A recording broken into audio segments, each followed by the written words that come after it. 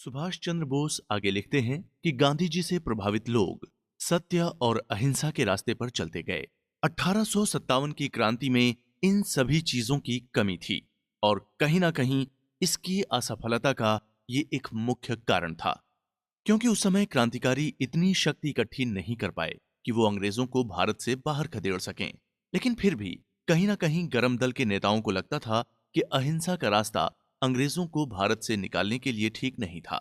वो ताकत और शस्त्र के साथ आंदोलन की राह पर चल पड़े थे और इसी कारण वो इतनी भीड़ नहीं जुटा पाए जितनी गांधी जी अपने विचारों के सम्मोहन से जुटा सके। गांधी जी के चमत्कारिक व्यक्तित्व का असर जनता पर इतना अधिक था कि लोग उन्हें धर्म और दर्शन का दूसरा रूप मानने लगे थे। गांधी जी के प्रति भारतीय जनता के श्रद्धा दीवानगी की हद तक पहुंच चुकी थी। महात्मा गांधी के प्रति श्रद्धा का एक किस्सा हम आपको बताने जा रहे हैं, जिसे सुनकर आप अंदाजा लगा लेंगे कि लोग उस समय उन्हें महात्मा क्यों कहते थे।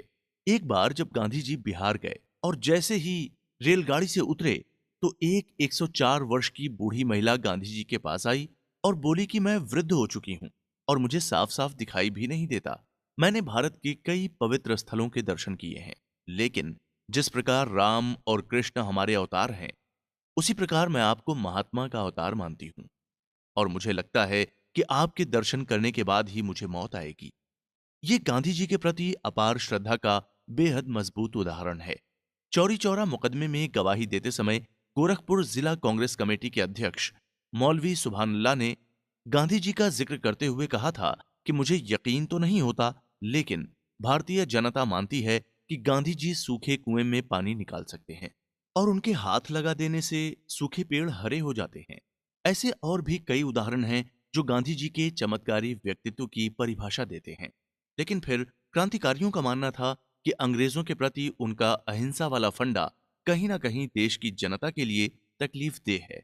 इसलिए बढ़ते समय के साथ गांधी जी के विचारों से दूरियां बढ़ती गईं और एक समय वो भी आया जब जनवरी 1939 में सर्वसम्मति से कांग्रेस के अध्यक्ष चुने गए सुभाष चंद्र बोस ने 29 अप्रैल 1939 में ये कहते हुए इस्तीफा दे दिया कि मैं गांधीवादियों का पपेट प्रेसिडेंट बनकर नहीं रहूंगा। ये गांधी जी के विरोध का सबसे बड़ा उदाहरण भी कहा जा सकता है। इसके बाद सुभाष चंद्र बोस ने गांधीवादी रास्ता छोड़कर विदेश में जाकर अपने तरीके से स्वतंत्रता आंदोलन में भागीदारी निभाई। सुभाष चंद्र बोस की तरह ही विदेश में रहकर भारतीय क्रांति को बुलंद करने वाले एम.एन. राय भी गांधी जी के विचारों से असहमत थे। उनके अनुसार असहयोग आंदोलन भविष्य में कोई भी सुखद परिणाम नहीं दे सकता है। एम.एन. राय अमेरिका, जर्मनी और मॉस्को में रहकर भारत की आजादी में योगदान दे रहे थे। वो लगातार लेनिन के साथ संपर्क में थे और भारत के बाहर रहकर आजादी के लिए योजनाएं बना रहे थे। हालांकि इतिहासकारों ने इस नाम को उस सम्मान के साथ कम ही लिखा जिसके वो हकदार थे, लेकिन उनके योगदान को कहीं भी कमतर नहीं आंका जा सकता। एक और जहां गांधी जी शांति बनाए रखने की अपील कर रहे थे, वहीं प्रिंस ऑफ वेल्स के भारत आगमन पर पूरे देश में हड़ताल हुई, जिसे दबाने के लिए अंग्रेजों ने अपना पूरा बल लगा दिया और दोनों तरफ से खूनी संघर्ष शुरू हो गया। इसके बाद गांधी जी के शांति अहिंसा के मंत्र सब कुछ पीछे छूट गए। मुंबई में 20,000 लोगों की भीड़ हिंसा के जरिए अपना विरोध दर्ज करवा रही थी। ब्रिटिश सरकार ने इन लोगों को दबाने की भरसक कोशिश की और इस प्रयास में 53 लोगों की मौत हो गई। गांधी जी ने इस बात की निंदा की, उपवास रखा और 23 नवंबर 1921 को असहयोग आंदोलन वापस ले लिया। ये वो दौर था जब राष्ट्रीय सेवा दल के गठन का काम शुरू किया जा चुका था। राष्ट्रीय सेवा दल बहुत अधिक सक्रियता से काम कर रहा था। स्वयंसेवक जगह जगह अपना विरोध और बहिष्कार दर्ज करा रहे थे। इसके कारण सरकार इतनी परेशान हो चुकी थी कि उन्होंने राष्ट्रीय सेवा दल को गैर कानूनी संगठन घोषित कर दिया। दिसंबर 2021 में सरकार ने अधिकांश नेताओं को जेल में डाल दिया, लेकिन गांधी जी बाहर रहे। जेल जाने वाले लोगों की संख्या 20,000 से अधिक हो गई थी।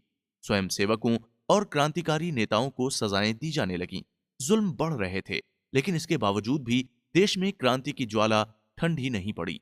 जोश, जुनून, आक्रोश और स्वराज की लालसा चरम पर थी।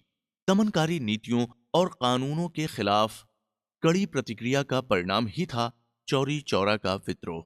अगर विद्रोहियों को गांधी जी और उनके सहयोगियों का साथ मिला होता तो सचमुच भारत 1922 में आजाद हो चुका होता। और ये कोरी कल्पना मात्र नहीं है और न ही कोई अनुमान, क्योंकि उस समय ब्रिटिश सरकार इतनी डर गई थी कि उसे भारत से अपने पैर उखड़ते नजर आने लगे थे। इतिहासकारों ने इसके कई उदाहरण और सबूत अपने अपने हिसाब से दिए हैं। हालांकि चौरी चौरा विद्रोह अचानक से नहीं हुआ था। गोरखपुर में गांधी जी के आने से पहले ही कांग्रेस की गतिविधियां शुरू हो चुकी थीं।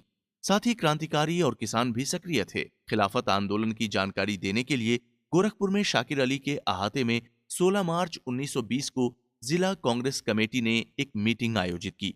19 मार्च को शहर में हड़ताल करने का निर्णय लिया गया। इस हड़ताल में लगभग 10,000 से अधिक लोगों ने भाग लिया, जिसमें मोहम्मद फारूक, अनवर अली, दशरथ प्रसाद द्विवेदी, शाकिर अली और विंध्यवासिनी प्रसाद मुख्य रूप से मौजूद रहे।